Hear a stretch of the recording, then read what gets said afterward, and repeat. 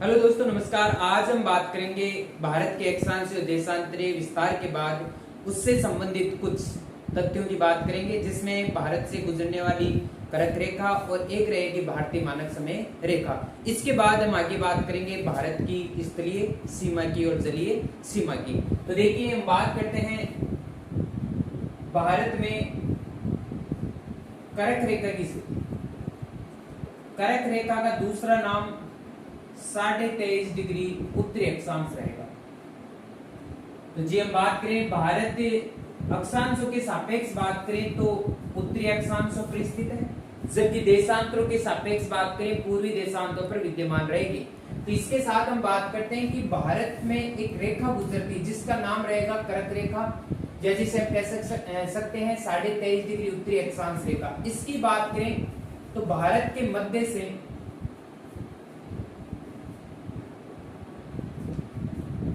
8 राज्यों से होकर गुजरती है।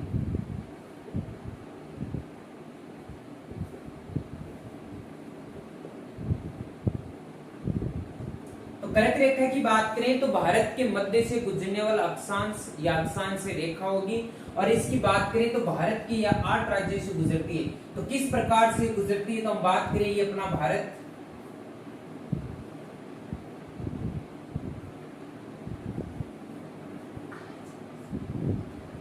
तो भारत की बात करें तो किस प्रकार से गुजरेगा, तो यहां से गुजरेगी ये कर्क रेखा, लगभग भारत के मध्य से गुजरेगी, और इसकी बात करें 8 राज्य से होकर गुजरेगी।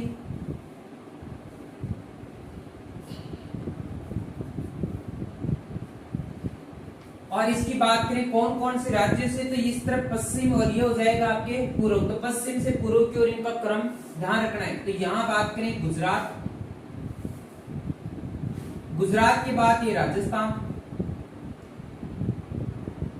राजस्थान के बाद एमपी यानी कि मध्य प्रदेश, इसके बाद बात करें छत्तीसगढ़,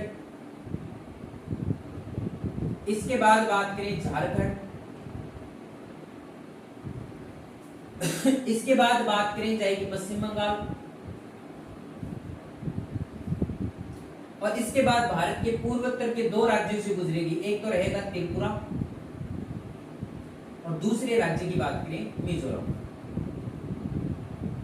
तो कर्क रेखा की बात करें भारत के मध्य से गुजरने वाली अक्षांश रेखा है, जिस पर कुल 8 राज्य रहेंगे, जिसमें पश्चिम से पूर्व की ओर इनके क्रम की बात करें तो गुजरात, राजस्थान, मध्य प्रदेश, छत्तीसगढ़, झारखंड, पश्चिम बंगाल। इसके बाद बात करें त्रिपुरा और मिजोरम से रेखा गुजरती है, जिसमें शामिल भारत के पूर्वोत्तर के जो राज्य रहेंगे वो त्रिपुरा और मिजोरम रहेगा।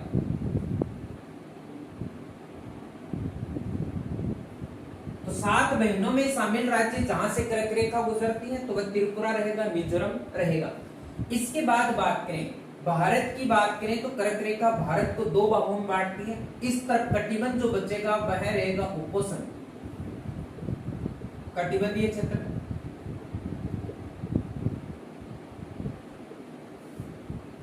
और यहां की बात करें तो ये दक्षिण वाला जो क्षेत्र रहेगा वह रहेगा उष्ण कटिबंधीय क्षेत्र।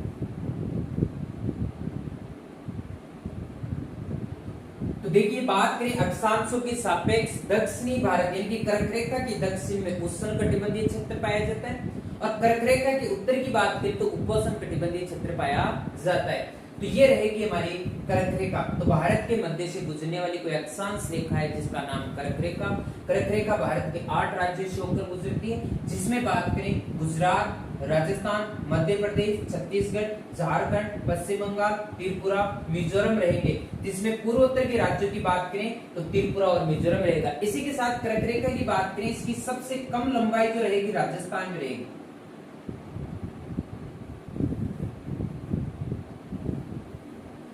कर्क रेखा की सबसे कम लंबाई की बात करें किसी राज्य में है तो आपका राजस्थान रहेगा, जबकि सर्वाधिक लंबाई वाला जो राज्य है वह मध्य प्रदेश रहेगा। तो कर्क रेखा सर्वाधिक लंबाई में विद्यमान है मध्य प्रदेश में, सबसे कम रहेगी राजस्थान में। इसके बाद बात करें झारखंड की राजधानी है रांची। तो क्वेश्चन पूछ ले कि वह राजधानी क्षेत्र जो कर्क रेखा के सर्वाधिक नजदीक स्थित है तो वह झारखंड की राजधानी रांची रहेगी। तो कर्क रेखा के सर्वाधिक नजदीक स्थित है।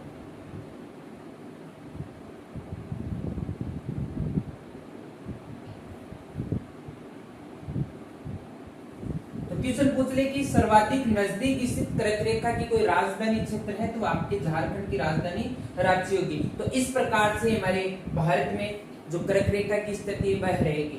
इसके बाद बात करते हैं देशांतर में कि भारत के मध्य से गुजरने वाली देशांतर रेखा कौन सी है।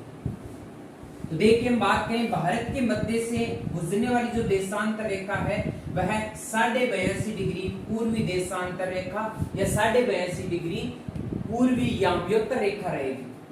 तो देखिए बात करते हैं भारत की मानक समय रेखा या जिसे हम कह सकते हैं 82.5 डिग्री पूर्वी देशांतर रेखा या इसे याम्योत्तर भी कह सकते हैं। तो देखिए हम बात करें भारत के मध्य से गुजरने वाली जो 82.5 डिग्री पूर्वी देशांतर या 82.5 डिग्री याम्योत्तर जो रेखा है उसे भारत की मानक समय रेखा के नाम से जाना जाता है या भारतीय स्टैंडर्ड टाइम रेखा के नाम से भी इसे जाना जाता है। तो देखिए बात करते हैं ये भारत के मध्य से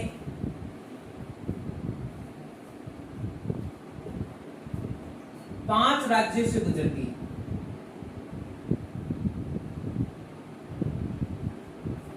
और इसके माध्यम से बात करें भारत का मानक समय ज्ञात किया जाता है।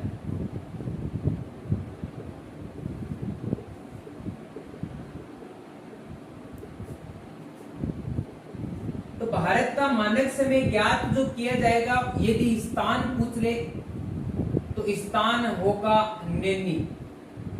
और नैनी की बात करें तो आज प्रयागराज में स्थित है और प्रयागराज का पूर्व नाम था इलाहाबाद। इलाहाबाद उत्तर प्रदेश में स्थित है। तो यहां से बात करें कि भारत का मानक समय 82.5 डिग्री पूर्वी देशांत रेखा से ज्ञात किया जाता है और जिसमें यदि स्थान पूछ ले तो नैनी की बात करें तो यह प्रयागराज उत्तर प्रदेश में स्थित है। जी हम बात करें भारत का जो मानक समय है कि 82.5 डिग्री पूर्वी देशांतर या याम्योत्तर जो मानक समय है ये GMT ग्रीनविच मीन टाइम रेखा से यानी कि विश्व के मानक समय से 5.5 घंटे आगे चलता है।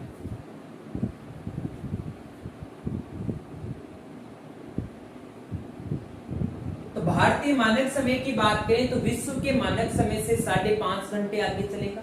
और किस प्रकार से ये आपके याम्योत्तर जो रेखा है या 82.5 डिग्री पूर्वी देशांतर रेखा है भारत के कौन कौन से राज्यों से गुजरती है तो इनकी बात करेंगे।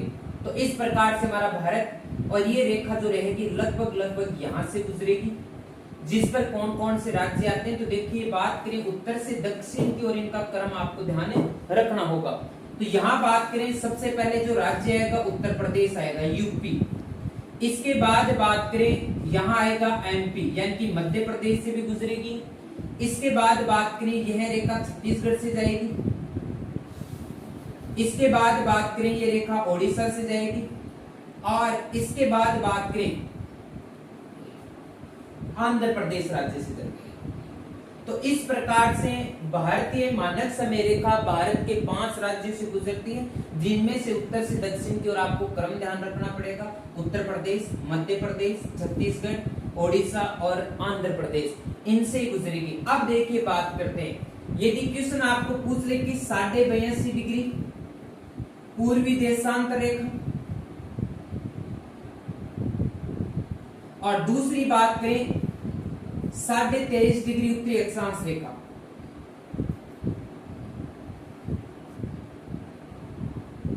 यदि दोनों रेखाएं किन्हीं राज्यों से गुजरती है तो वह राज्य होंगे आपके, एक तो रहेगा मध्य प्रदेश और एक रहेगा छत्तीसगढ़।